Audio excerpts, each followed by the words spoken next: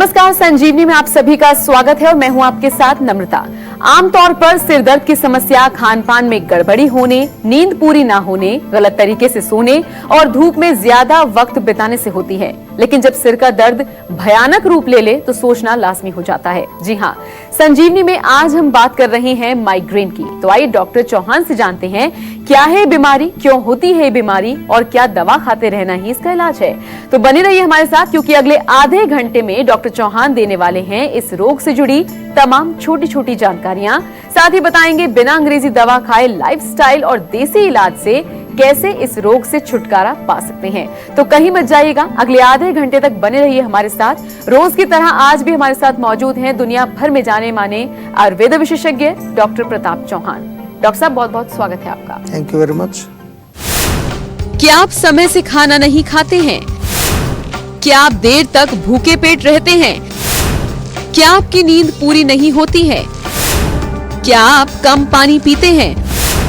तो हो जाइए सावधान, माइग्रेन को हल्के में ना लें। चलिए शो की शुरुआत करते हैं। सिर का दर्द हर किसी को कभी न कभी सताता है, लेकिन जब ये दर्द आए दिन होने लगे तो माइग्रेन यानी कि अधकपारी का संकेत हो सकता है।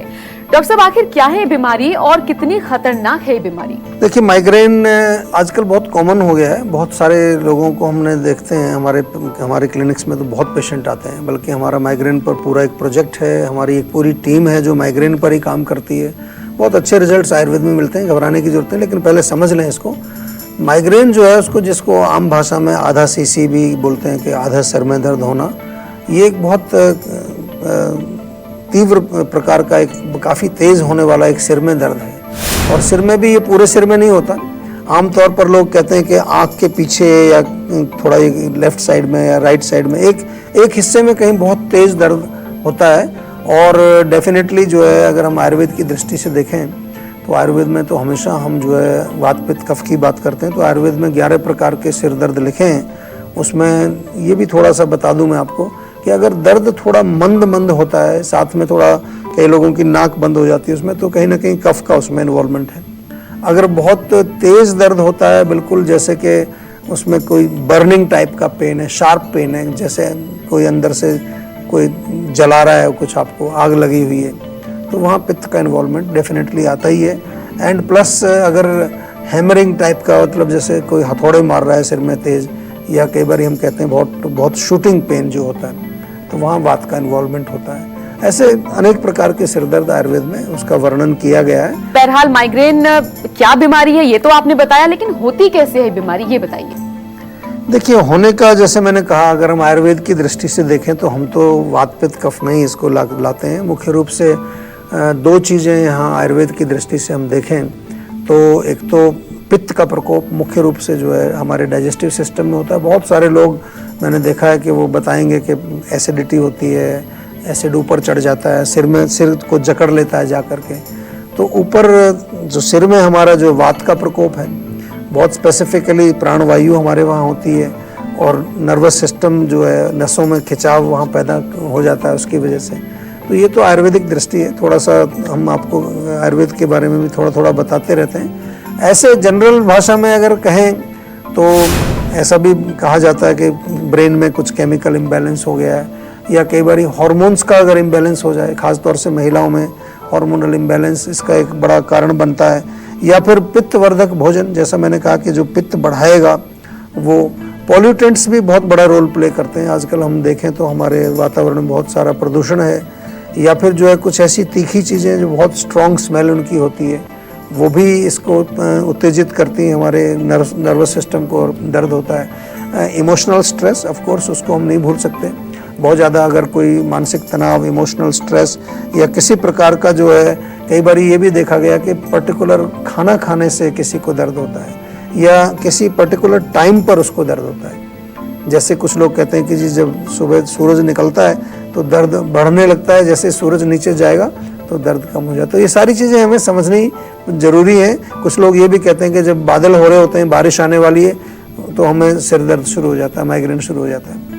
तो there are so many different factors, but ultimately Ayurveda में हम इन सभी फैक्टर्स को जो है कहीं ना कहीं वात पित्त कफ के दायरे में ला करके ही समझते हैं। बिल्कुल। अच्छा डॉक्टर साहब, एक बहुत अजीब सा या कहें कि बहुत फैक्टफुल क्वेश्चन ये है कि अमूमन तो सबको सिर में दर्द होता है, तो ऐसे कैसे पहचान पा सकते हैं कि इस सामने वाले शख्स को माइग्रेन ही है या फिर नॉर्मल सिर में दर्द हो रहा है? हाँ, ये बहुत अच्छा प्रश्न है, क्योंकि मैंने कहा तो हमारे यहाँ तो 11 तरह के सिर दर्द हैं, एक भी नहीं है, 11 बहुत होते हैं। उनमें फिर ये ढूंढ के निकालना कि ये कौन सा है, माइग्रेन क्या होता है, तो माइग्रेन के कुछ विशेष लक्षण हैं, थोड़ा उनको समझना चाहिए। आमतौर पर जिन लोगों को माइग्रेन है वो जानते भी हैं। एक तो लक्षण यही होता है कि पूरे सिर में दर्द नहीं होता, किसी एक विशेष हिस्से में होता है। किसी को आँख के पास होगा, किसी को भी इवन टॉप बीच में, सिर के बीच में होगा, किसी को गर्दन की साइड में होता है। तो वो दर्द बहुत तेज़ होता है। और उसके साथ साथ एक बड़ा कॉमन सा एक लक्षण ये देखने को मिलता है कि थोड़ा नौसिया, यानी कि वोमिटिंग सेंसेशन, जी मिचलाना जिसको कहते हैं। किसी किसी को उल्टी भी आ जाती है, लेकिन आमतौर पर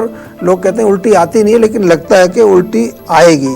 और इसके अलावा जो है कुछ लोगों में हमने ये भी देखा है कि बहुत सेंसिटिविटी उनकी बढ़ जाती है। लाइट बहुत तेज़ हो तो बड़ा उनको अंधेरा पसंद होता है।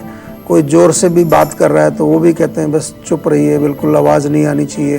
कैनॉट हियर, मतलब लाउड म्यूज़िक हो, लाउड साउंड हो, बहुत तेज़ लाइट हो, ये सब चीज़ें। इसके अलावा मूड स्विंग्स होते हैं, लोग काफ़ी मूड उनका एकदम से, अच्छा भला व्यक्ति एकदम से उसका मूड चेंज हो जाता है। डिप्रेशन भी हो जाता है कुछ लोगों को।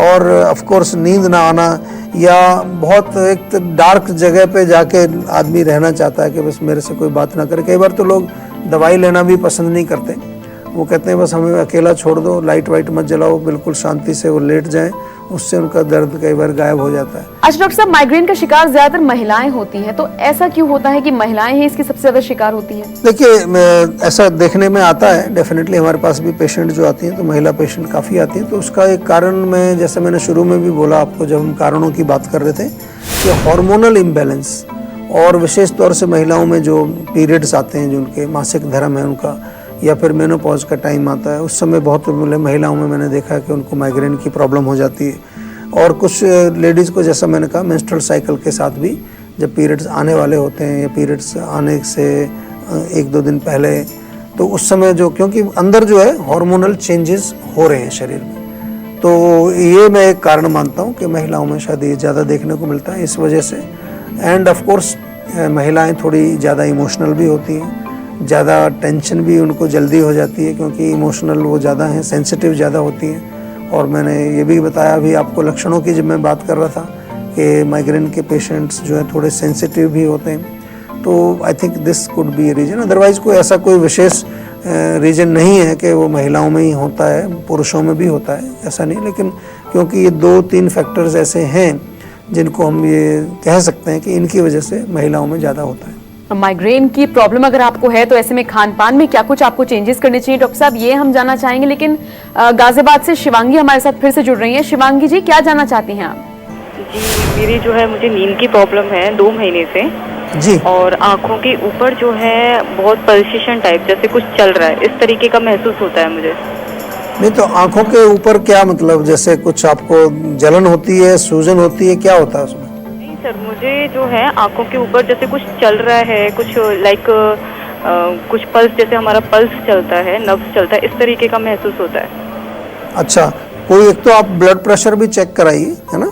जब कभी आपको किसी बॉडी के हिस्से में पल्स ज़्यादा तेज़ से थ्रॉबिंग उसकी अगर दिखती है तो अक्सर कई बार ब्लड प्रेशर का एक लक्षण होता है। दूसरा जो है, हम इसको अगर आयुर्वेद की भाषा में थोड़ा समझें तो डेफिनेटली आँख जो है वो पित्त का स्थान है, यानी कि पित्त यदि बढ़ेगा, गर्मी बढ़ेगी, तो उसके कारण भी आपको वहाँ पर थोड़ा इस तरह की जो है कुछ विकृति देखने को मिल सकती है। तो आँखों में गुलाब जल डालिए, बहुत अच्छा उससे फ़ायदा मिलेगा आपको। खाने पीने में भी पित्त वाली चीज़ें कम खाइए। और फिर भी मैं कहूँगा, जैसा हम पहले भी बताते हैं आपको बार बार, कि अभी जीवा में हमने अलग अलग डिपार्टमेंट बनाए हैं। हमारे यहाँ आई स्पेशलिस्ट भी हैं, गायनेकोलॉजिस्ट भी आयुर्वेद के हैं। हमारे यहाँ जो है पाइल्स या जो कि हेमोरॉइड्स, फिस्टुला वगैरह, उसके लिए पूरा सर्जिकल सेक्शन है। इसी प्रकार से कैंसर के अलग से स्पेशलिस्ट हैं, माइग्रेन के अलग से स्पेशलिस्ट हैं।